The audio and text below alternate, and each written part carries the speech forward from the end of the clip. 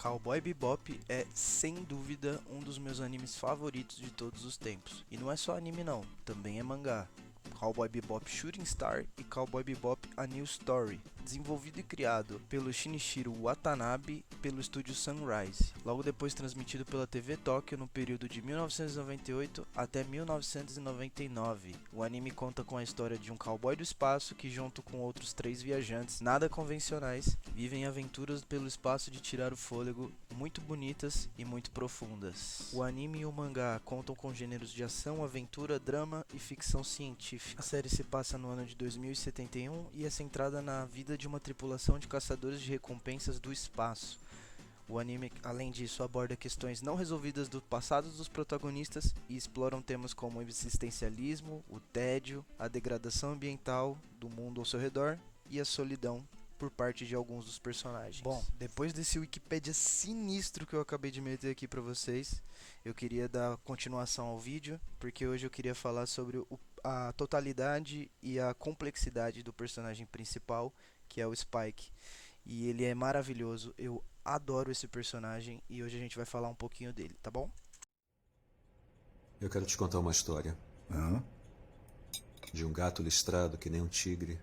Esse gato morreu milhões de vezes e reencarnou milhões de vezes também, e teve muitos donos com os quais ele não se importava. O gato não tinha medo de morrer.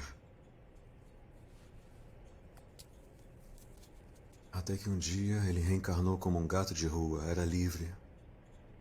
Ele se encontrou com uma gata branca e os dois passaram dias muito felizes juntos. Anos se passaram e a gata branca faleceu por conta da idade. O gato listrado chorou muitas vezes, até que um dia ele morreu. Mas dessa vez, ele não voltou à vida. Por mais que toda a trama da série e o personagem em si esteja num ponto focal, centrado em ser um caçador de recompensa e essas aventuras, ele na verdade não é apenas um caçador de recompensas, né? Ele é quase como se fosse um fantasma, uma pessoa sem alma andando pelo espaço, sabe? Porque em vários momentos da série ele fala que ele já morreu uma vez, inclusive tem a metáfora do gato, mas que ele continua realmente vivendo, mas sem estar vivo. E é justamente isso que torna o arco dele um dos mais memoráveis da história dos animes, sabe? Porque ele é apresentado justamente como alguém que é despreocupado, uma pessoa sarcástica, indiferente ao mundo ao seu redor, e ele vive como se nada disso tivesse importância, nada do que ele tá passando, nada do que ele tá vivendo ali realmente tivesse uma importância, porque pra ele realmente não tem importância nenhuma, porque como ele já mesmo fala, ele já morreu uma vez, nada do que ele vive realmente tem uma importância. E por trás dessa pose relaxada tem um homem que está preso ao seu passado que é justamente marcado por violência, escolhas erradas e principalmente pelo amor da vida dele que ele perdeu nesse processo, que é a Julia. Em um dos episódios mais marcantes dessa série, o Spike ele diz que ele enxerga o presente com um olho e o passado com o outro, porque um dos olhos dele é falso e ele perdeu numa briga. E isso define toda a jornada do personagem, se você for parar pra ver. Porque justamente por ser um homem preso ao passado, ele não vai parar de olhar. De certa forma, ele vai acabar vivendo isso dia após dia, noite após noite. E logo depois que ele abandona a máfia, ele finge, né, a própria morte dele para tentar recomeçar a vida. Mas ele nunca consegue se libertar de quem ele era. Porque ele sempre vai pensar no e se, ele sempre vai pensar em como poderia ter feito as coisas diferentes e por aí vai.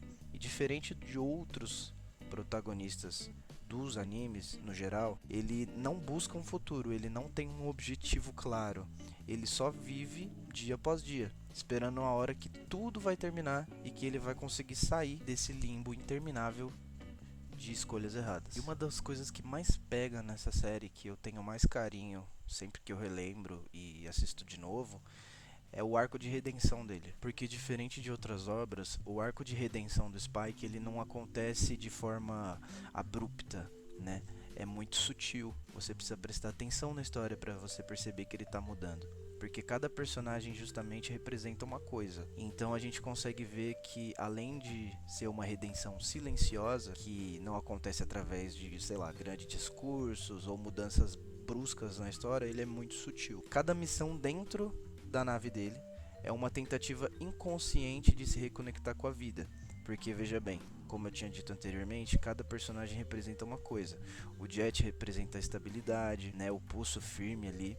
A Faye, ela representa o espelho de alguém igualmente perdido, que também não tem muito para onde ir, não tem objetivos em comuns, objetivos claros. E o Red representa justamente a leveza e a tranquilidade que o Spike nunca teve com a própria vida.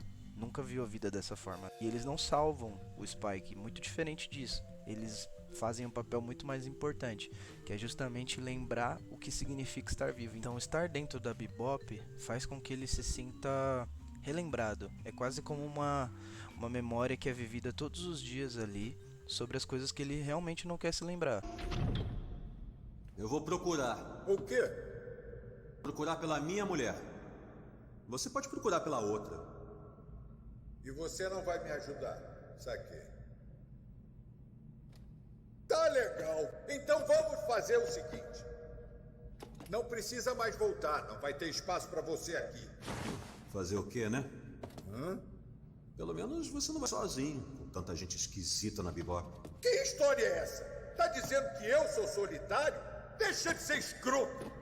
Já faz 3 anos desde que me dei a você, mas eu nunca imaginei que você me visse dessa maneira. Sinceramente, eu tinha a impressão que o solitário era você. Bom, agora não tem mais. Ah, vá se fuder. Agora vai sobrar dinheiro pra mais comida. Eu nunca entendi você, desde o começo. Eu também não me entendo. Já vai tarde.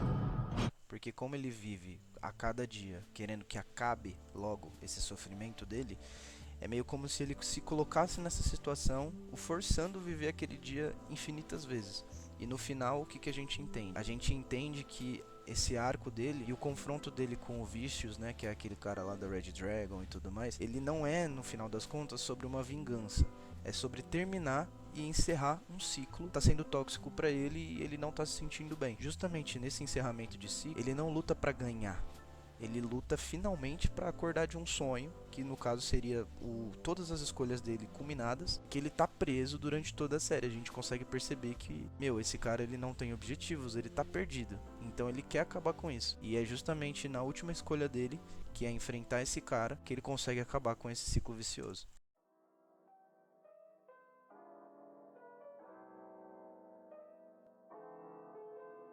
Sinceramente, meus amigos, que final. O final de Cowboy Bebop, ele é aberto, ele é melancólico, ele é poderoso, ele te deixa com o cu na mão. E a redenção dele, ela não tá em sobreviver, sabe? A gente vê que ele não quer sair daquela situação, ele nem tenta, na verdade, porque ele fez uma escolha. E a escolha dele é justamente encerrar esse ciclo de uma vez por todas. E pela primeira vez, agindo por vontade própria, ele deixa de ser uma pessoa que está vivendo no passado e começa a fazer as suas próprias escolhas. A gente consegue ver que o arco de redenção dele, ele não é feliz, mas nem toda redenção ela é feliz. Toda redenção em seu âmago, ela precisa ser honesta, ela precisa encarar a verdade dos fatos. E encarar a verdade dos fatos exige coragem. Coragem essa para encarar quem você realmente é e não o que um dia você já foi.